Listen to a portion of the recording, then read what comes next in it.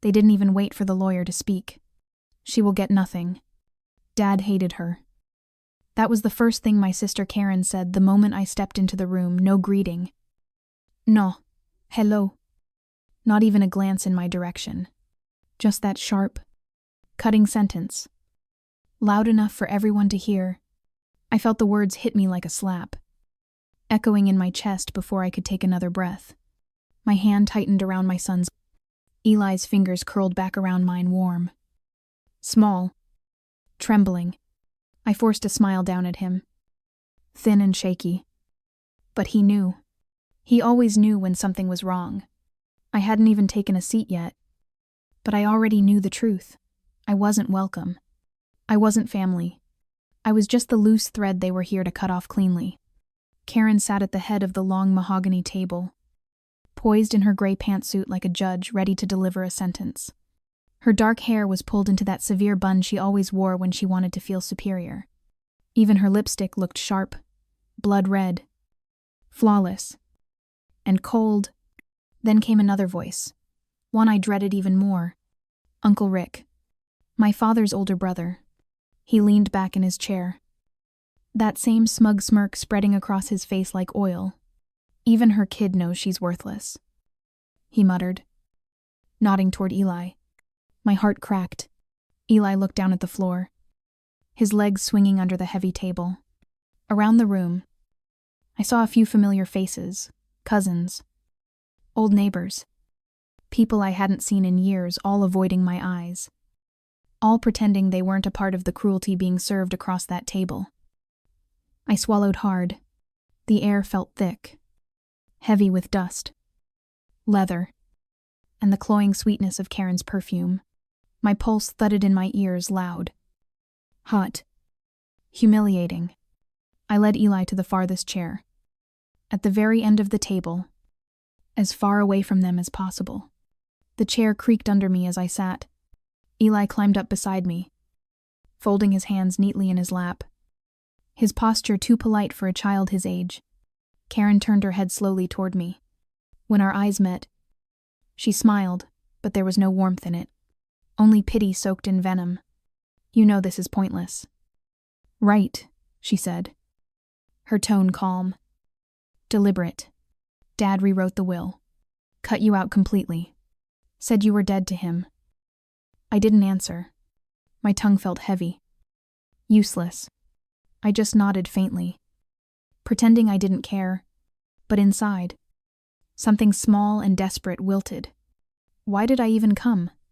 Maybe I wanted to hear something, anything that proved I still existed in his world. Maybe a line in his handwriting. A note. A sentence. Something to show he remembered me. But now, surrounded by people who had already buried me, long before they buried him, I realized how foolish that hope was. Just as I was about to stand to take Eli's hand and walk out before they started dividing up what was left of the house, the land, the money, a door creaked open. Mr. Connor, my father's lawyer, stepped in carrying a thick folder under his arm. He looked the same as he always had, neatly pressed. Tired eyes. A kind face that revealed nothing. The room went still. Everyone straightened in their chairs. This was it. The reading. The verdict. I braced myself. I came expecting nothing, and I would leave with exactly that. Or so I thought. Because what no one in that room knew, not Karen, not Rick, not even me, was that my 10-year-old son had brought something that would unravel everything they believed. Something that would turn the whole room on its head. It had been 8 years since I'd stepped foot in a family room like this. 8 years since I packed up my life. Took Eli, then just 2 years old, and left without looking back. Not because I wanted to, but because I had to. Because every conversation with my father ended in shouting or silence. Because every family gathering felt like walking barefoot across broken glass. Pretending it didn't hurt. But now, here I was again, breathing in the same stale air of cigar smoke and old anger. The irony, I hadn't even known I was invited. The envelope had arrived 3 days after the funeral. No letter. No explanation. Just a date. A time. And Mr. Connor's neat handwriting.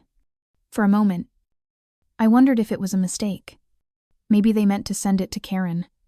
Or maybe, just maybe, this was one last cruel joke.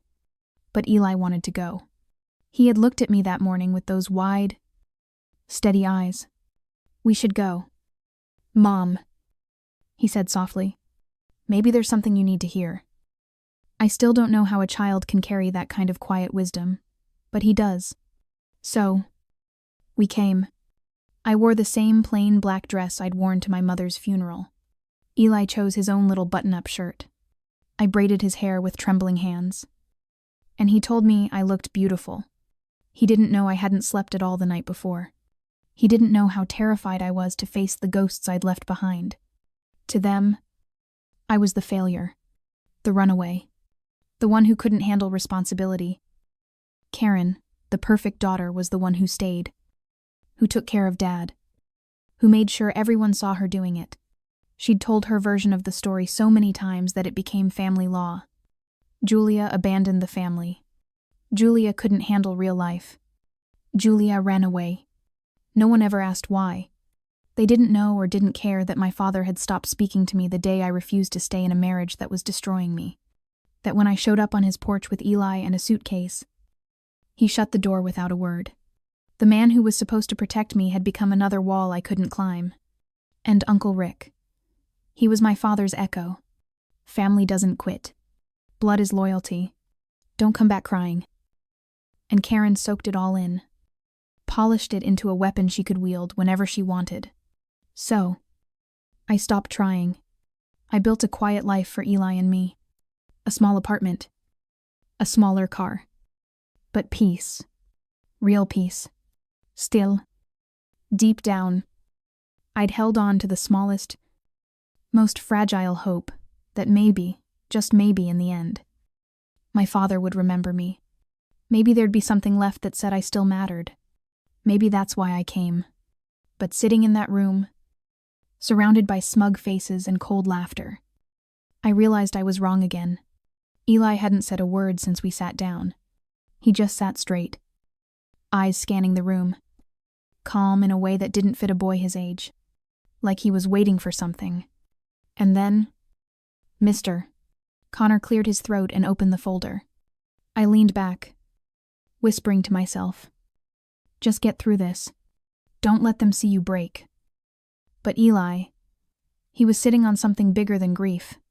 And before the day was over, he'd prove he was the only one in that room who truly understood my father. "Mister." Connor cleared his throat again, that deliberate, measured sound lawyers make when they want the room's attention without needing to raise their voice. He adjusted his glasses, opened the folder, and began reading aloud from the will. His voice was steady, practiced, emotionless.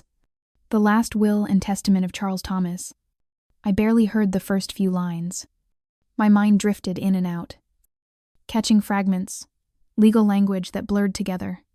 Estate, beneficiaries, executorship, words that meant everything to the people around me. But nothing to me. I stared at the table instead, tracing the dark swirls in the polished wood with my eyes, trying to lose myself in the patterns, trying not to think. Then came the words that tightened the air in the room. To my daughter, Karen Thomas. Of course, I leave the primary residence and all its contents. Karen's lips twitched, not quite a smile, but close enough.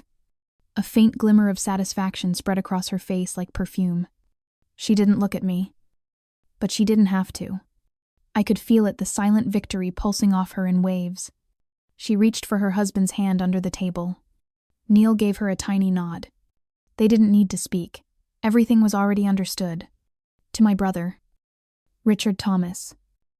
"Mister," Connor continued, "I leave the lake property and all remaining shares in the family business." Rick leaned back, exhaling through his nose like a man who'd just been crowned king.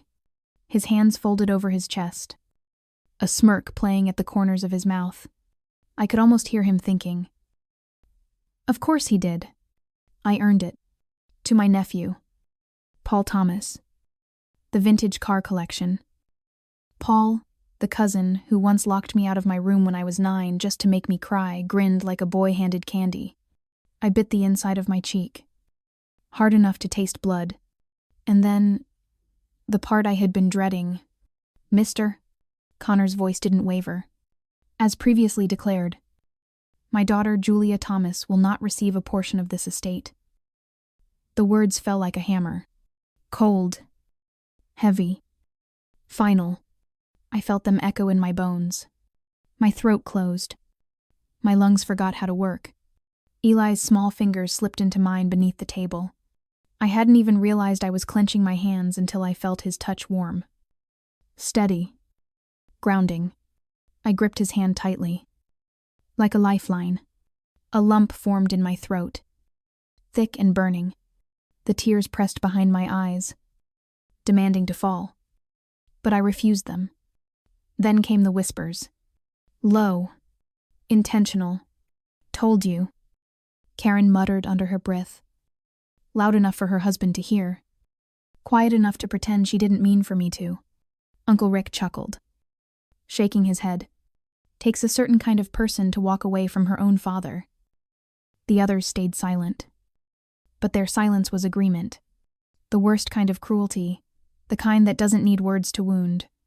I kept staring at the wood grain. The twisted lines looked like tiny rivers, leading nowhere. I focused on them until the rest of the world blurred. My own voice whispered inside my head, dull and hollow. "Why did you come? Why did you think he'd remember you?" Then, movement. Eli shifted beside me. His small shoulders straightened. When he spoke, his voice cut through the room like a blade soft. But certain, "You forgot the video he recorded." The entire room went still. Karen blinked. "What?" Uncle Rick frowned. Confused. "Mister." Connor paused mid-sentence, his pen hovering over the paper. I turned to Eli, my heart suddenly racing. "What video?" I whispered. But he wasn't looking at me. He was looking at the lawyer. "The one Grandpa gave me," he said, his tone calm. "He said it was for you. And for Mr. Connor. He said to give it to you if things got ugly." My breath caught. The room spun slightly, the edges of my vision softening. Eli reached into his small backpack, the one with frayed straps and a patch of blue fabric I had stitched myself, and pulled out a white envelope. It was slightly crumpled, but sealed tight. My name was written across the front, and below it, in my father's unmistakable handwriting, were the words, "For the lawyer only. If it gets ugly." The room collectively exhaled, a murmur rippling through the air. "Mister." Connor reached out. Slowly. "May I?" he asked gently. Eli nodded and handed it over. The envelope looked so ordinary, so small, but I could feel the weight of it pressing down on the room like something sacred. Or dangerous. Karen's eyes narrowed. Rick leaned forward. The cousins exchanged uneasy glances. "Mister." Connor broke the seal with trembling fingers. The sound paper tearing was louder than it should have been. Inside, he found a folded note and a small black USB drive. He read the note silently, his brow furrowing, and then looking up at me with something that wasn't quite shock, but it wasn't calm either. "Everyone," he said, his voice keener now. "There is a video message from Charles Thomas, recorded prior to the final signing of this will. It was sealed with explicit instructions to be played only if the reading became contentious." Karen scoffed, arms crossed tightly over her chest. "This is ridiculous. He never said anything about a video." Uncle Rick sneered. "Could be fake? We don't even know what's on it." "Mister." Connor's tone hardened. "It's timestamp authenticated. His handwriting. His signature. His seal. By law. I'm obligated to play it." He turned toward the side desk where a sleek black laptop sat waiting. The screen flickered as he inserted the USB drive. A single word appeared in the center of the screen. "Play." The air in the room changed. No one spoke. No one even moved. My palms grew clammy. My heart pounded in my ears. I didn't understand what was happening, why Eli had this, what my father could possibly have left behind, why he had told my son instead of me. But Ellie looked calm. Still. Steady. Karen's face had lost some of its color. Rick's smirk had vanished. And me, I couldn't breathe. Mister. Connor pressed the spacebar. The screen went black for half a second, and then flickered to life. And there he was. My father. Older. Thinner. Sitting at his desk. He was wearing the navy blue sweater I'd bought him for his birthday. Years ago, the one he never acknowledged. The one I thought he'd thrown away. His hands were folded on the desk. His expression wasn't angry or proud. Just tired. He looked straight into the camera and said softly, "Hi, Julia." My heart stopped. I hadn't heard my name spoken in his voice in nearly a decade. He looked older than I remembered. The proud posture I'd grown up fearing was gone. His face was lined. His eyes heavy. But it was still him, my father. The man who'd once lifted me onto his shoulders to reach the stars. "If you're watching this," he said, "then I'm gone. And I'm guessing things didn't go well at the reading." A few people shifted uncomfortably, but no one dared speak. "I know what they think of you," he continued. "Hell, I know what I said about you." He looked down, swallowed hard, and then in a voice cracked by something that sounded a lot like regret, he said, "I was wrong." He looked down for a moment, as if trying to find the right words. The faint hum of the laptop was the only sound in the room. Everyone leaned forward slightly. My chest tightened so hard it felt like I was holding my breath for someone else. When he looked up again, the light caught his eyes. "I believed what Karen told me," he said. "I believed Rick. I believed that you left because you didn't care. I didn't ask questions. I didn't listen to you. Not once. You tried. And I shut the door in your face. On you, and on Eli." Across the table, Karen shifted in her chair. Rick's smirk had vanished. The air between us had changed heavy. Brittle. Alive. My father exhaled. It wasn't the stern sigh I'd grown up hearing. It was weary. Human. I thought being strong meant being proud. He continued, "That if you walked away, it was betrayal. But strength, real strength, is showing up. Protecting your child. And you did that? You did what I couldn't." Something broke loose inside me. My throat closed. My pulse roared in my ears. His voice trembled slightly. "I met Eli one day. When he stopped by to visit, just the two of us. That kid." He paused, smiling faintly. He didn't say much. But when I asked him about you, he said, "My mom is the safest place in the world." A sob escaped my throat before I could stop it. I covered my mouth. My hands shook. "I lost you, Julia," he said. "I see that now. I lost my daughter because I couldn't stop being right long enough to love you the way you needed. But I won't let my last act be pushing you away again." He leaned closer to the camera, his voice steady now. "So I changed the will." Gasps rippled through the room. Karen's head snapped up. Rick's chair scraped back an inch. "I've left the house to you and Eli," my father continued. "The savings, the retirement fund, it's yours. And there's a college trust set aside for Eli. I know it doesn't fix what I broke, but I want you to have the peace I couldn't give you when I was alive." Karen's lips parted. "That's not," she started, but her voice died under the weight of what he said next. "If they're angry," my father said, "let them be angry. You earned this. You lived through all of it. And you never stopped being a mother. That's more than I ever managed." I was crying openly now. Silently. Every tear burning like something sacred. He blinked hard. And for the first time in my life, I saw my father cry. "I'm proud of you," he whispered. "And I love you, Julia. Always did.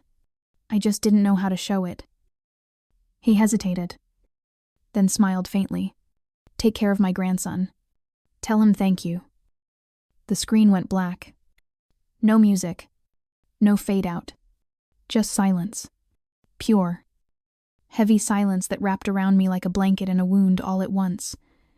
No one moved. Karen sat stiff. Pâle. Rick stared at the dark screen. His jaw clenched. No one else dared speak. Even Mr. Connor stayed still. One hand hovering over the keyboard, as though pressing another key might break something sacred. I don't know how long I sat there. My hands were trembling, pressed against my mouth. My cheeks were wet. My chest ached, but not from pain.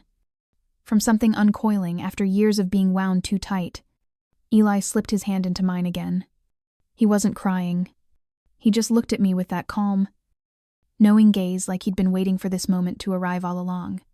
I bent down, kissed the top of his head, and whispered, "You knew." He smiled softly. He told me to keep it safe. Karen pushed her chair back suddenly, the sound screeching through the air. She stood, face pale, jaw tight. Her eyes darted between me and the lawyer.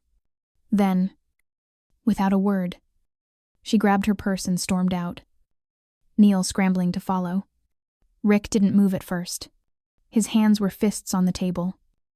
Then slowly, he stood, exhaled through his nose, and said in a low voice, "Guess the old man finally grew a conscience." He didn't look at me when he left. None of them did. One by one, the others filed out my cousins, the neighbors, the so-called friends of the family. Some couldn't meet my eyes. A few gave small nods that might have been respect or guilt or both. When the door finally closed behind the last of them, the silence that filled the room wasn't cold anymore. It was warm, heavy. Yes, but alive. Mr. Connor cleared his throat quietly. "There will be paperwork," he said softly. "But everything is in order. Your father's wishes are legally binding." I nodded, unable to find my voice. He gave a small, kind smile and gathered his things. "He loved you," he said, almost to himself, before stepping out and leaving us alone. Eli still held my hand. I stared at the black laptop screen. At my reflection faintly mirrored in it, the reflection of a woman who had come expecting nothing, and somehow left with everything that mattered. We stayed a little while longer. Neither of us spoke. Maybe I just needed to breathe. Maybe I needed to feel what peace actually felt like. After years of surviving on hope, I kept hearing my father's voice in my head. "I'm proud of you." 3 words I had spent most of my life trying to earn. 3 words that had finally found me. When I looked at Eli, he was watching me quietly. "You okay?" "Mom," he asked. I smiled through the tears. "Yeah," I whispered. "For the first time, I think I am." He tilted his head. "Grandpa was wrong." I nodded. He was. But he made it right. Eli squeezed my hand. He said thank you. "Yes, I did," I whispered, voice trembling. He smiled. Small and sure. "Then we're even." That made me laugh softly, shakily. The sound of something healing. We walked out of that office hand in hand, sunlight spilling across the polished floor. I didn't look back at the empty table or the chair where Karen sat, or the space my father's voice had filled. I didn't need to, because I carried him with me now. Not the man who shut doors, but the one who finally opened one, and for the first time in years, I felt whole. If this story touched something in you, if you've ever been misjudged, silenced, or made to feel invisible, remember this: the truth doesn't disappear. It waits, and when it finally comes, it heals what silence could not. If this story spoke to you, please take a moment to like, share, and subscribe, so more people can hear stories that remind us we're never really alone. Tell me in the comments, have you ever had to wait for the truth to finally be heard? Thank you for listening.